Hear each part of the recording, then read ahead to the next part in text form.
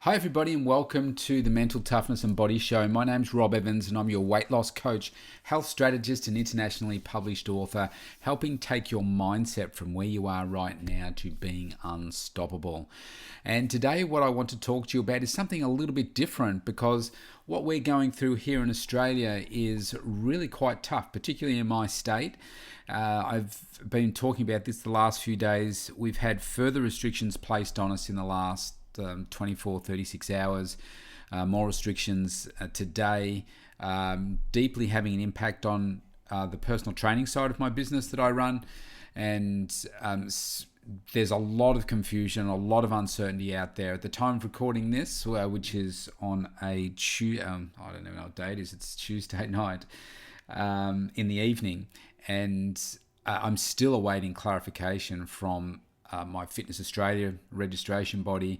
They provided me with one answer today, but we've gone direct to the Department of Health and Human Services, and they provided someone else a different response.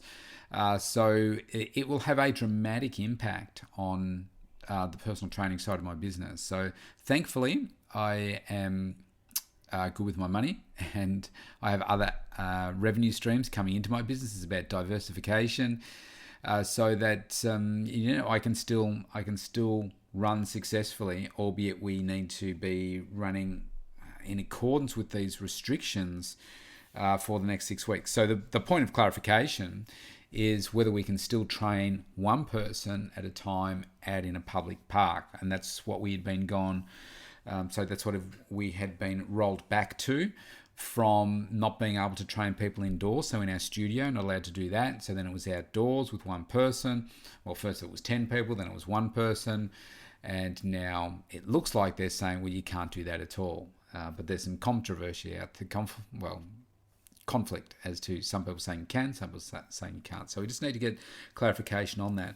So what this got me thinking about today was those big businesses around the world that have evolved over time, and what we know them as today is not where they started. And I want to run through some examples because I found these really, really compelling. So most of us know the story about Kodak. So Kodak really had, first of all, for those that don't know, so Kodak film, as in cameras and that kind of stuff, and they never thought that digital would take off. Now digital took off, and obviously Kodak had to file for bankruptcy. But here's the thing. So this week, Kodak announced that it's actually called Eastman Kodak now, announced that it would radically refocus its business strategy. And so after more than a century of making cameras and films and other photography equipment, the company announced that it would become a pharmaceutical company, and it's been boosted by a $765 million US business funding to help create what they're calling starter materials for generic drugs in the effort to fight COVID. Now, how's that? And you think, wow, how did that happen? Well, because they've been in the business of making like chemicals to develop film and everything for so long, it's kind of a bit of a tweak where they can use their technologies to make these, or whatever is required for COVID. So I thought that was really cool. And then it got me looking into some other businesses. So like Samsung, for instance. So today we think Samsung, and I mean, somebody says Samsung to me, and I immediately think, like your white goods, so like fridges and microwave ovens and those sorts of appliances. I think about televisions, I think about telephones. But when they started in 1938, it was so far away from that. They actually started by selling groceries, and mostly it was dried fish and noodles. And then after the Korean War, they expanded into textiles before breaching out into electronics in the late 1960s, and hence it's then grown from there to now it's about $193 billion a year company. But look where they started. They started with grocery items. Another one is the Marriott brand. Now, most of us know the Marriott brand as being into motels. And they have a few different like tiers of motels within their their platform. So they've got some lower tier ones, and they've got the higher end ones as well. But what they started with was making hamburgers, and so right now they've got 7,300 properties in more than 130 countries. It's a $20 billion a year revenue company. And it was, actually it started as a 9-stool root beer stand in Washington, and it was founded by J. Willard Marriott. So now look at where it is. You look at something like, this was another interesting one. So Instagram, it didn't initially start as being what it is now. What they first wanted to do was create a check-in app, but they soon realized that other startups were already getting into that space. So what they decided to do was focus in one area, which was the photo sharing. And then 2 months after its release in October 2010, they had already had 1 million users, and today they've got like 1 billion users. And that was about the price that Facebook paid for it when it bought them out in 2012. The Avon. So we all know Avon, the cosmetic company. Now, Avon, when it first started, I think this is really cool. So this started in 1886, but they didn't start by selling out cosmetics. What they were, it was started by a guy called David McConnell, and he was a traveling book salesman. And what he did was, when he sold books, he gave away fragrances and other beauty products as sweeteners after making a sale. But what happened was, it turned out that people preferred the freebies rather than the books, and he soon realized that, hang on a second, maybe I can turn this into a cosmetic company. And that's how that one eventuated. The 3M. Now this one's really cool. So 3M. So what the 3 M's originally stood for was Minnesota Mining and Manufacturing. And so they began in 1902. It was a small mining company, but it turned out to have little value. So they began selling sandpaper and an adhesive like cellophane tape, so it's like sticky tape, under its Scotch brand, hence the name Scotch tape.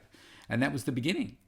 And then, we've got the post-it notes and all those things, as well as the mask. They now make the masks as well for COVID, the N95 ones. And it's a $32 billion company. Another really interesting one, Colgate. So when Colgate, so his name's William Colgate, he left England in 1804, and he wanted to seek fortune in America, and he planned to start up a small soap company, like body soap. And he wanted to be in that space, making soap and candles. And then he eventually added a starch factory. And then in 1873, 16 years after his father's death, he finally introduced the product, which obviously they're best known for now, being the toothpaste, so Colgate Palmolive. So that was in 1923. It was then bought out by Palmolive Pete. Now it's Colgate Palmolive. Wrigley. So Wrigley chewing gum. Again, that was a soap business. And what happened there was in 1891, so William Wrigley, he wanted a way to promote his baking powder. So he began giving away chewing gum with every purchase of baking powder. So he then discovered again that the freebie offering was more popular than the actual baking soda. So he then started making the chewing gum, hence the where that came from. So just really, really cool stories here. Another one that I saw was to do with Nintendo. So Nintendo, so way before things like Super Mario and Donkey Kong. So it was founded in 1889, and they made a big pivot in their business in the late 1950s when it partnered with Disney to use its characters on cards and games, because that's what they used to have. But the new businesses were added to provide extra revenue streams, including a taxi company, and they also had an instant rice line. And then in the 1980s, that's when Nintendo finally scored big with video games and a product line that eventually included Nintendo 64, Game Boy, the Wii, and all that kind of stuff. So today, Forbes ranks it worth about 8.8 billion now, but it all started as something completely different. So you just don't know. This one was quite interesting. Taco Bell, so the taco company. But imagine how different the fast food landscape would have looked if they actually had stuck with their original product. Because in 1948, Glenn Bell, who founded a hot dog stand in California, but he kept an eye across the street on what the competition was doing, and which was a popular Mexican restaurant. And after he learned how they made the tacos, he opened up a new stand that served Mexican-inspired food, and eventually he called his new chain Taco Bell. And by 1970, he had something like 325 restaurants, and then they sold it to Pepsi in 1987, and it's now Taco Bell, and it's got more than 7,000 restaurants around the world. So really interesting. Another one, Nokia. So we all know Nokia as the mobile phone, but what happened with them in 1865? So a guy called Frederick Idestam opened a paper mill in Finland. And then in the 20th century, the company had expanded into other industries, including forestry, rubber manufacturing, and electricity. But then in 1977, Nokia started making its focus on electronics, and they started building televisions and computers. And then by the mid-1980s, mobile phones, and by 1992, they'd sold off its other businesses to focus exclusively on telecom. So again, that was interesting. And the last one that I'm going to share with you is Berkshire Hathaway. Now, I'm sure you all know Berkshire Hathaway. So this is what Warren Buffett has called his company. But it was founded in originally 1839. And what they began doing was they were a textiles company. And in that textiles company, they were based in Rhode Island. And by 1962, the renamed company landed on, it was 32 at the time. And so it was on Buffett's radar. And because he noticed that the stock price rose every time the falling manufacturer closed a mill, so he purchased it for $7.50 a share. He said it was a statistically cheap stock and it was a terrible business. But today, Berkshire's many businesses, they've got a heap of them. They make underwear, which is called Fruit of the Loom. They have insurance, which is called Geico. They have fast food, which is Dairy Queen. And they have a private aviation business as well, which is called NetJets. And the shares now sell for more than $290,000. And, you know, we all know about Warren Buffett. He's the fourth richest person in the world. He's worth $73 billion. He's given away about $37 billion over the last 14 years. So where's the message in all this? None of these companies that we know them as now started out by doing what they're doing now. And we're going through really, really difficult times right now. And I think about something that JT and I were talking about a couple of weeks ago, and how he says I should change the way that I run my business and do something different. And so that's where I'm going to start focusing energy shortly on creating this other avenue of my business. And it's certainly not how when I initially started out on my journey to start doing this, but I can see how it is closely aligned with what I do, and it makes sense to do it, and it's just another stream. And then it might get to the stage where I eventually that's all I do. I just coach people down that path as opposed to doing what I do now, and I have other people do what I'm doing. It's interesting. I think what we need to do is, when we are in tough times, we need to look at, well, what are we doing right now? How can we change the model of what we're doing to be even more successful? And perhaps it's time to pivot. So, I mean, it's important to look what everybody else is doing. What I find really interesting right now is in health and fitness. I live in a state in Victoria, Australia, and we are the most brutally locked down state in the country and possibly the world right now, to be honest. We're not allowed to travel more than 5 kilometres from home. We're only allowed to go out once a day. We can go to the shops once a day, but not for very long. We can go out for exercise for a maximum of 1 hour a day. The rest of the time we need to be inside at home. So what's compelling about that in the space of health and fitness is that most people are going to get less healthy, more unfit, and we're going to have more health and fitness issues. So what does that tell us at the end of this crisis? People that run health and fitness businesses are going to be super busy. We're going to be in a lot of demand. Oh, excuse me, that was a live sneeze there.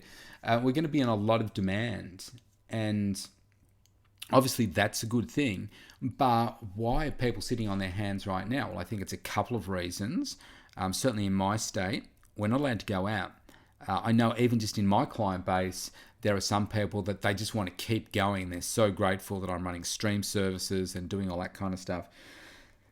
But then there are other people that are like, well, unless I can work with you face to face, unless I can be in your studio and hold the steel in my hands and, be pounding out sets that way, then I don't want to be doing it. There's others that are happy to do it in a park, where that was the next stage that we went to. We can do it in the park, and some people are happy to do that because, again, they just thankful that they can keep their mental health going, and they're in a good place there. And then there's others that just don't want to do that. So there'll be a whole group of people that will really not giving their health and fitness any attention at all. And then I think about, so what are the other health and fitness businesses doing right now? What are they doing? Because the online space, I mean, you can easily jump online and do like a free workout somewhere. You can just look up YouTube, find a workout, and you'll find one there, and you say, okay, I'm going to do that. But the majority of the population don't want to work out that way. So it's kind of like, well, what's that next thing? Do people want to work out with an app, just watching an app and, okay, I'll do this exercise now? For me personally, look, there's a group of individuals where that will work for them. I'm sure that's true because some of these apps have got millions of subscribers. Me personally, I couldn't think of anything worse than doing that. I would rather do it all by myself and have fun doing that. But, well, look, we're all different, but I'm wondering what is that next big thing going to be in the health and fitness industry, because certainly there's a gap right now, and people are either don't have the money, they don't have the motivation to do it because they're just shut down. So what I'm doing with my business is making sure that we can serve people on a whole range of different levels. And that is, okay, well, so there's the podcast that I'm recording with you right now. I have 2 podcasts. There's the Rob Evans 365 one. We've got a book which is it's a self-help book, not a shelf-help book, where it will walk you through 43 steps. And you need to, it's a workbook. You have to take action every day to get from one step to the next. And by the end of that, that's what helps you get your body transformation. I have an online program, which is a 60-day online program, which supports the book. I've got a coaching program where I can coach people anywhere in the world. I stream all my services as well, anywhere in the world.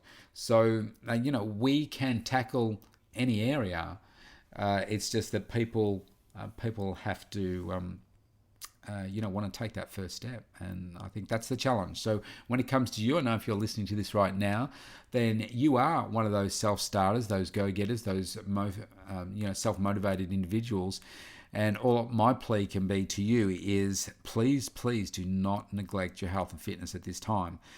Because we couldn't be living in a more important time where we need to be focusing on our health and fitness, obviously for the well-being of our physical body, but also it's your mental health. Because I'm about to jump on a group session, and I can tell you that every household that attends tonight will be undergoing a lot of stress. There's a lot of uncertainty right now. People don't know how their household income is going to be impacted, and that then flows through to what people eat, what levels of activity they do, and also what the impact is on their mental health.